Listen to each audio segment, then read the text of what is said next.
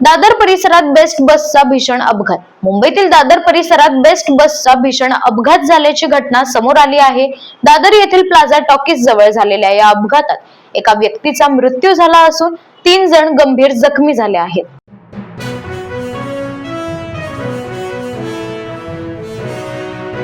महारेल प्रकल्पाला मंजुरी।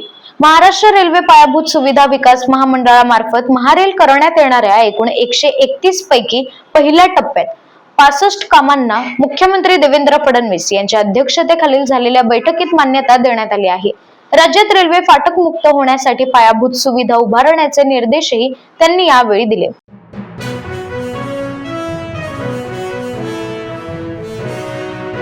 मुख्यमंत्री देवेंद्र फडणवीस यांच्या अध्यक्षतेखाली धारावी पुनर्विकास प्रकल्पासंदर्भात आढावा बैठक घेण्यात आली। यावेळी राज्यमंत्री डॉक्टर पंकज भोयर, मुंबईच्या महापौर रितू तावडे व वरिष्ठ अधिकारी उपस्थित होते।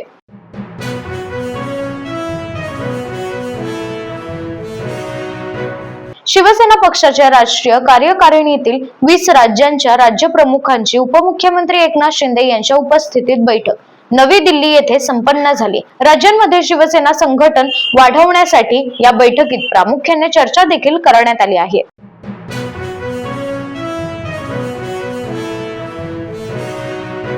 मुंबईतील कफ परेड येथे साकारण्यात येणाऱ्या प्रस्तावित मरीना प्रकल्पाविरोधात पारंपरिक मच्छीमार बांधवांनी नोंदवलेल्या आक्षेपांच्या अनुषंगाने मंत्रालयात पालकमंत्री नितेश राणे यांच्या अध्यक्षतेखाली बैठक आयोजित करण्यात आली।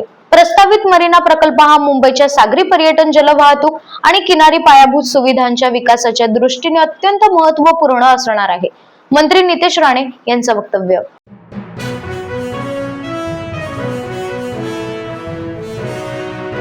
काँग्रेसने देशाला चुलीकडून गॅसकडे नेलं। देशाला पुन्हा गॅसकडून चुलीकडे नेणे हेच भाजपचे धोरण आहे।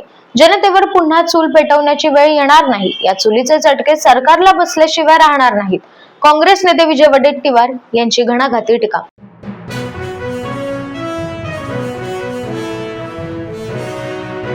छत्रपती संभाजी महाराजांचे पवित्र स्मृतीस्थळ असलेल्या तुळापूरमध्ये तब्बल 156 लोक रेप पार्टीत सहभागी होते। मात्र फक्त 78 लोकांवर गुन्हा दाखल का झाला? त्यातही फक्त 29 लोकांची टेस्ट करण्यात आली असे का?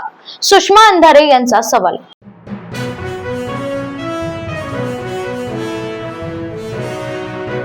दक्षिण कोकणात मान्सून दाखल झाला असून सिंधुदुर्ग व रत्नागिरी जिल्ह्याच्या काही भागात 9 जून पर्यंत मध्यम ते जोरदार पावसाचा इशारा देण्यात आला आहे।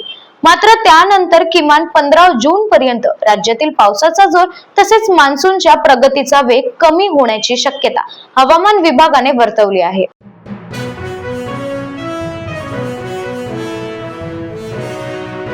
एकोणीसशे पासूनच्या सर्व शेतकऱ्यांची 3 वर्षात कर्जमाफी करा। कर्जमाफीसाठी 75,000 कोटी द्या, बच्चू कडूंची मागणी।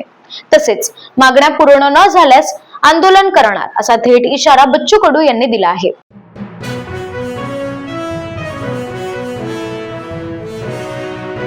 बच्चू कडू काय बोलतात आणि काय बोलत नाहीत यावर नियंत्रण शिवसेना पक्षाने ठेवायचे आहे। मुख्यमंत्री देवेंद्र फडणवीस, उपमुख्यमंत्री एकनाथ शिंदे आणि उपमुख्यमंत्री सुनेत्रा अजित पवार यांची युती मजबूत आहे। सांस्कृतिक कार्यमंत्री ॲडव्होकेट आशिष शेलार यांचं वक्तव्य।